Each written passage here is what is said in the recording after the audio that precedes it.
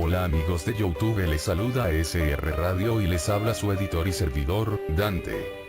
En esta ocasión quiero hablarles acerca de algo muy curioso, poco conocido pero debatido entre estudiosos de historia y antropología. Quiero referirme a sustancias que alteran el estado de la conciencia si hablo de drogas en la Biblia. En este caso hablo del cannabis, cáñamo, marihuana, o weed como la llaman cariñosamente sus consumidores. Viendo por ahí algunos videos de música me topé con uno que decía cosas del Antiguo Testamento y que la gente ni siquiera sabía qué era lo que decía, ni mucho menos el idioma. Era una canción que hablaba sobre un pasaje del Antiguo Testamento, donde Moisés habló frente a la zarza ardiente, pero eso es otra historia. Analizando eso sobre lo de la zarza ardiente que hablaba con Moisés, me detuve a recordar sobre eso de los antiguos rituales y ceremonias que se practicaban en la antigüedad. Siempre iban acompañados por fuego y especias o hierbas aromáticas, consideradas sagradas en aquel entonces, tales como la mirra, el olíbano, el aloe, y algunas otras sabias de algunos árboles y plantas, incluidas la corteza como la de la canela, el eucalipto entre otros. No solo son para uso ritual sino también eran y son utilizados en la medicina. El caso de los ungüentos, aceites, e infusiones curativas de la antigüedad,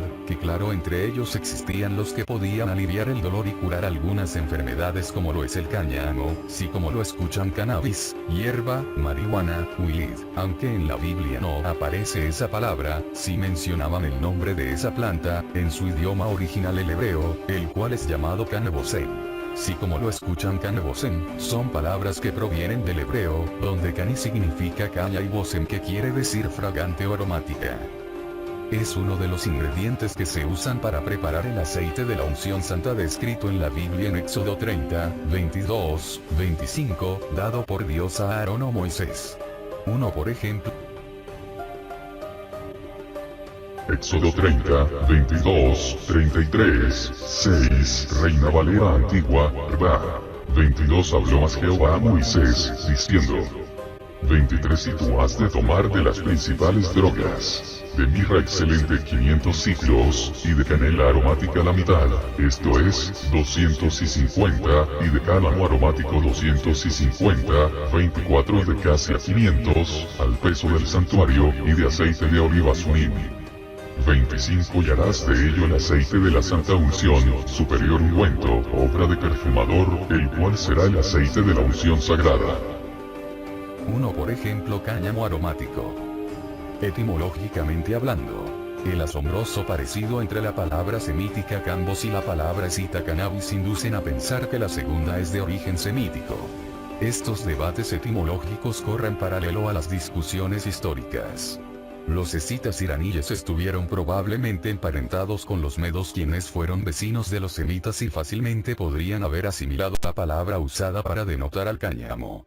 Los semitas también pudieron haber extendido la palabra durante sus migraciones a través de Asia Menor. Comparando la palabra cáñamo y la palabra cannabis griega, se muestra que la palabra se originó del idioma indoeuropeo. Las palabras como cannabis para denotar el cáñamo ocurren en algunos idiomas finlandeses. Es probable que al iniciar la práctica de la agricultura, el cáñamo como una planta cultivada, se extendió ampliamente, conllevando el mismo nombre. Es la fuente del ruso konoplja, del persa kanap, del lituano canapés y del español cáñamo. Consigue especies aromáticas de la mejor calidad. 500 ciclos de mirra cura, la mitad, o sea, 250 ciclos de cinamomo, 250 ciclos de caña aromática. Este aceite era usado para la santificación del Mishkan o casa de Dios, el tabernáculo donde Dios descendía y hablaba por medio del arca de la alianza. Para que un levita o sacerdote entrara dentro del tabernáculo, tenía que cumplir ciertos requisitos de pureza y santidad más allá de simplemente apartarse de las cosas inmundas.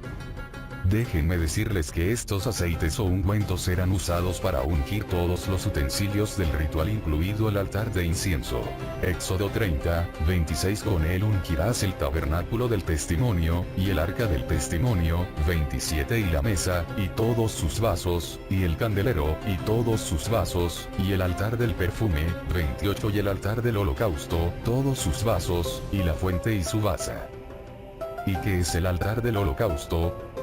Les explicaré qué es un holocausto, del griego holocauston, de holo completamente y auston quemado, es, en el ámbito religioso, el sacrificio de animales, cuyo cuerpo es completamente consumido por el fuego como ofrenda a las divinidades, a diferencia de otros sacrificios como el moirocausto, uno en el que una parte de la víctima es quemada y otra parte consumida como alimento. Como les dije anteriormente, los antiguos rituales utilizaban mucho fuego y humo que obviamente llegaba hasta los pulmones de las personas que estuvieran alrededor.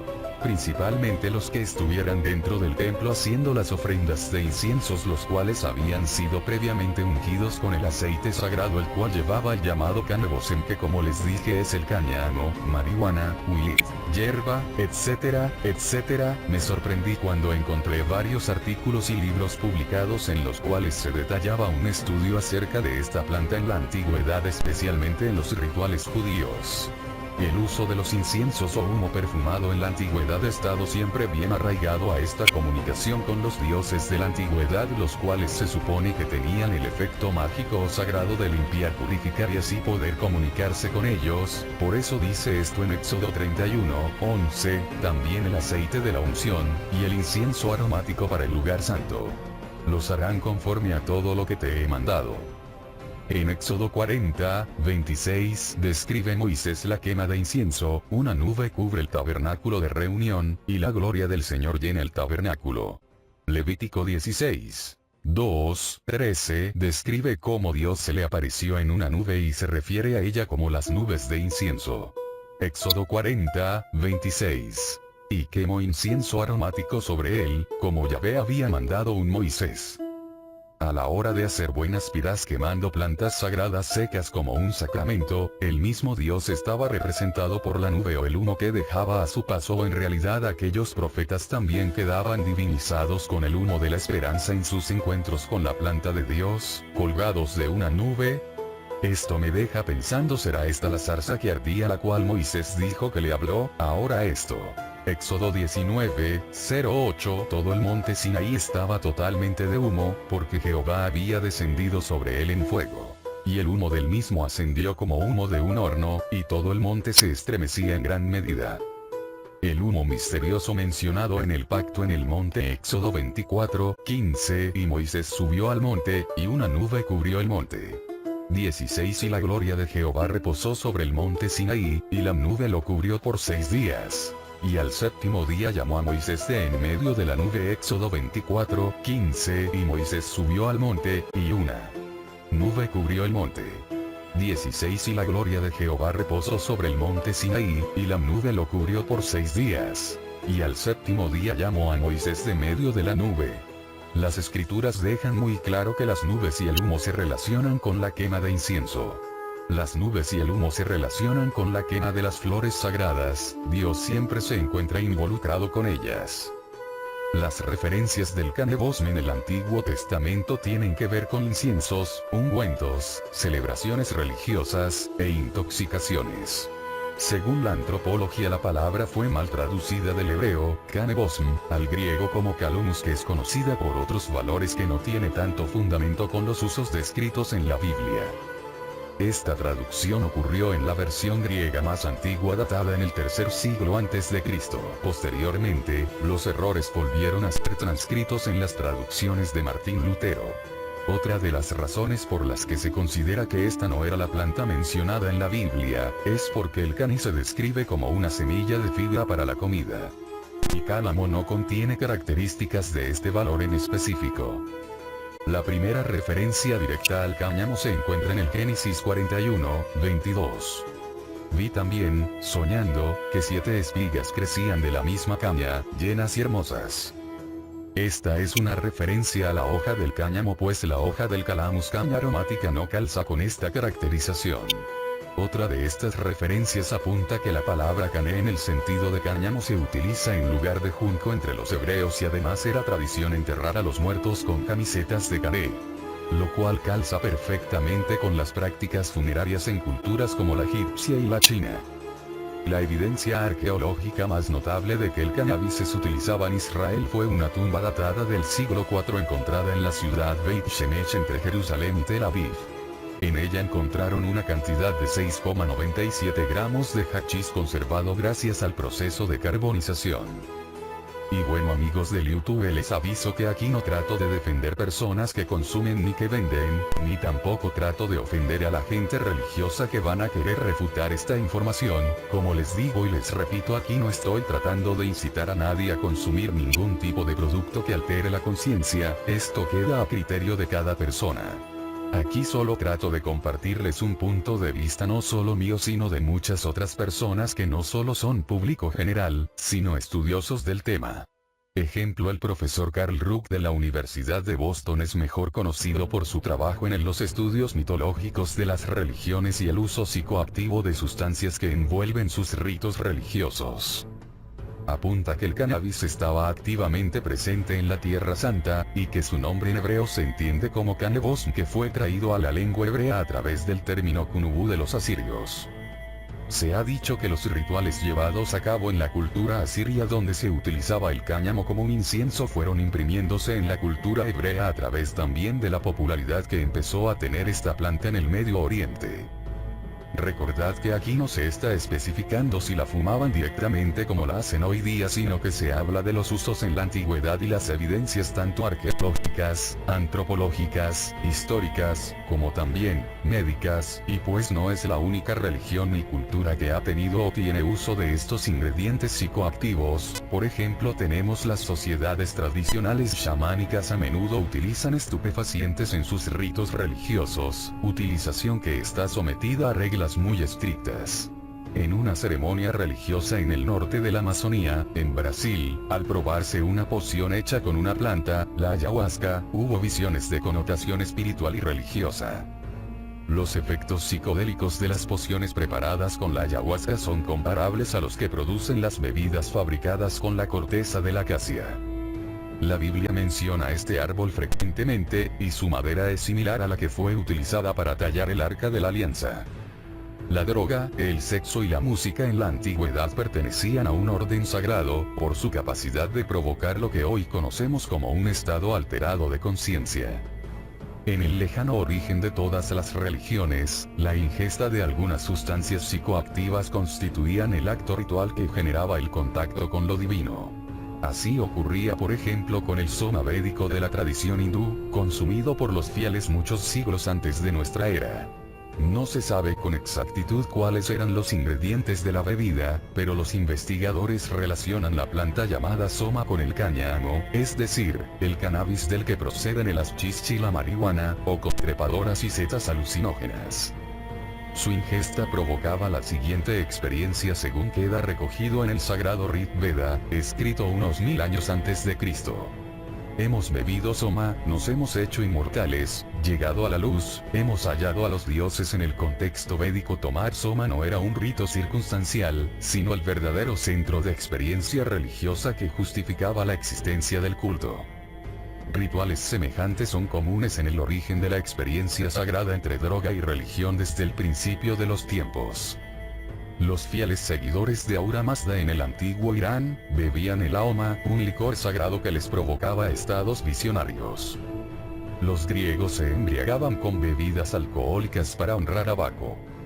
En Egipto se utilizaba un incienso ceremonial llamado kipi extraído probablemente del cáñamo. En el Nuevo Mundo los indígenas consumían ritualmente sustancias alucinógenas mientras el chamán o sacerdote se desprendía del cuerpo y viajaba a otros planos de la realidad. En el santuario de Delfos, dedicado al dios Apolo, y orgullo de toda Grecia, donde la famosa pitía o pitonisa emitía sus clarividentes oráculos, la preparación de la pitonisa implicaba mascar ciertas hojas, aspirar sahumerios y beber agua de una fuente determinada, además de situarse en un lugar del templo donde surgían vapores embriagadores de una hendidura. De esta forma la pitía entraba en un trance visionario que le permitía emitir sus oráculos. Platón llamó a esta experiencia, estado de delirio. Los llamados misterios de Eleusis se celebraban en otoño, en honor de la diosa Deméter y de su hija Perséfone, que fue raptada por Hades, dios del Averno, para hacerla su esposa. Los llamaban misterios porque los participantes juraban guardar rigurosos secretos sobre lo que allí ocurría. Solo se podía asistir a esta celebración una vez en la vida, pero a lo largo de los siglos lo hicieron millones de peregrinos, entre ellos personajes tan conocidos como Aristóteles, Sófocles y Cicerón. La ceremonia principal se celebraba por la noche. En ella los aspirantes bebían un elixir llamado quiqueón que contenía, al parecer, harina y menta. La experiencia provocada por el brebaje era definitiva y marcaba al participante de por vida. Se trataba de un trance de muerte y renacimiento, de iluminación, de visión trascendente. No se conocen todos los ingredientes del quiqueón, salvo la menta y la harina. Además se conocen los efectos del cornezuelo o ergot, un hongo que parasita los cereales y que contiene alcaloides, como la amida del ácido lisérgico, de potencia visionaria similar a la del LSD. Una harina procedente de grano contaminado por este hongo produciría perfectamente el visionario viaje de muerte y resurrección vivido por los iniciados de Eleusis. En la América precolombina el uso de drogas con fines religiosos estaba enormemente extendido. Aztecas, mayas, olmecas y diversos pueblos amazónicos basaban sus ritos religiosos en el consumo de estas sustancias. Las plantas más utilizadas eran el teonanácatl, un tipo de hongo psilocibio, el oloriuquí, una trepadora, el peyote, una cactácea y la ayahuasca o yagé, una liana, todas ellas portadoras de alcaloides de gran efecto. Se usaban en rituales religiosos que generaban una relación visionaria y directa con sus dioses. Un experimento científico realizado por el teólogo W.N. Panke confirmó experimentalmente que hay algunas drogas capaces de engendrar la experiencia de Dios dentro de uno mismo, es decir, drogas enteógenas. Panke suministró a un grupo de 10 seminaristas una dosis de psilocibina, alcaloide del teonanácatl. Pasadas 5 horas el 90% definió lo que había sentido como una intensa experiencia mística. Tiempo después se realizó un nuevo experimento controlado por los psiquiatras sobre un colectivo de más de 200 personas, en esta ocasión laicas. El resultado fue parejo, ya que el 96% declaró haber experimentado imágenes o sensaciones religiosas de algún tipo. Narcóticos. Narcótico es un vocablo griego que significa cosa capaz de adormecer y sedar. Drogas psicoactivas son aquellas que actúan sobre el psiquismo del individuo. Grupos de narcóticos: opio, opiáceos y sucedáneos sintéticos. Neurolépticos o tranquilizantes mayores. Ansiolíticos o tranquilizantes menores. Somníferos o barbitúricos. En ceremonias religiosas. Algunas drogas han sido utilizadas como puente con la divinidad en muchas religiones. El peyote es usado en las celebraciones religiosas de muchas tribus americanas. En búsqueda de mayor creatividad. Muchos escritores, pintores, o artistas en general han utilizado estas sustancias para incrementar la creatividad. Durante el siglo XIX el opio constituyó la principal fuente de inspiración de muchos escritores como Edgar Allan Poe, Coleridge o Baudelaire. Otros utilizaron habitualmente la cocaína o los hongos alucinógenos como el peyote. En el siglo XX, la marihuana junto con la heroína constituyeron la fuente de creatividad de muchos músicos. Para curar el dolor de la enfermedad. Las drogas pueden tomarse para superar el dolor ante la enfermedad. Al principio el mejor anestésico era el alcohol, que fue sustituido con el descubrimiento del opio y su derivado, la morfina. Aunque las drogas tomadas en este sentido no curan la enfermedad, hacen que la vida del enfermo sea más llevadera. Por ejemplo, el uso terapéutico de la marihuana para eliminar los vómitos de los enfermos de cáncer tratados con quimioterapia está siendo estudiado como una posibilidad médica aceptable. En búsqueda del placer. La necesidad de sentir sensaciones diferentes es uno de los factores que impulsa a las personas a tomar drogas. Muchas drogas se toman para aumentar el placer en las relaciones sexuales. Los alucinógenos o drogas psicodélicas son las que más se suelen tomar en estos casos. Para superar los problemas personales. Algunas personas se drogan para superar la tristeza, la depresión o la falta de felicidad personal. Es casi una costumbre en las sociedades ricas recurrir a las pastillas cuando las personas se encuentran nerviosas o agitadas.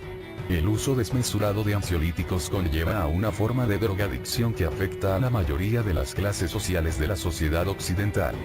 Otras veces el alcohol o los narcóticos pueden constituir una puerta de escape a la infelicidad, como una manera de conectar con los demás. Muchas drogas favorecen la relación social. Los nativos sudamericanos toman coca juntos para sentirse bien consigo mismos y con los otros miembros que forman el grupo. Las drogas cumplen una función social al conseguir que las personas pierdan la inseguridad personal y puedan estar más confiados con su interlocutor. No debemos olvidar aquí que muchos jóvenes entran en el mundo de las drogas precisamente para no sentirse diferentes de los demás. Es una manera de sentirse igual a los del grupo al que ellos se acercan para que los acepten. Como una actitud de rebelión. La prohibición constante a la que se han venido sometiendo las drogas las han convertido precisamente en algo muy atractivo para los jóvenes que pretenden reafirmar su yo oponiéndose a los principios de los mayores. Es la misma prohibición la que determina en los adolescentes el deseo de probar la fruta que les prohíben los mayores. Como una actitud de experimentación personal. Otras veces existe una intención individual de probar los efectos que determinadas sustancias ejercen en la mente o en el cuerpo. Este deseo por descubrir es inherente a la mente humana, y sería en cierta manera comparable a la inquietud que siente el montañero en llegar a la alta cumbre inexplorada o la que comparte el aventurero cuando se adentra en la desconocida selva. Muchos personajes célebres experimentaron personalmente los efectos de las drogas. Sigmund Freud tomaba habitualmente cocaína, Aldous Huxley hacía lo mismo con la mescalina, una sustancia sacada del peyote. Como ven, es un montón de información que no es una simple y vaga imaginación mía o de otra persona, sino un estudio profundo y serio. Que tengan muy buen día, les saluda Dante y esto fue Drogas en la Antigüedad y Cannabis en el Antiguo Testamento.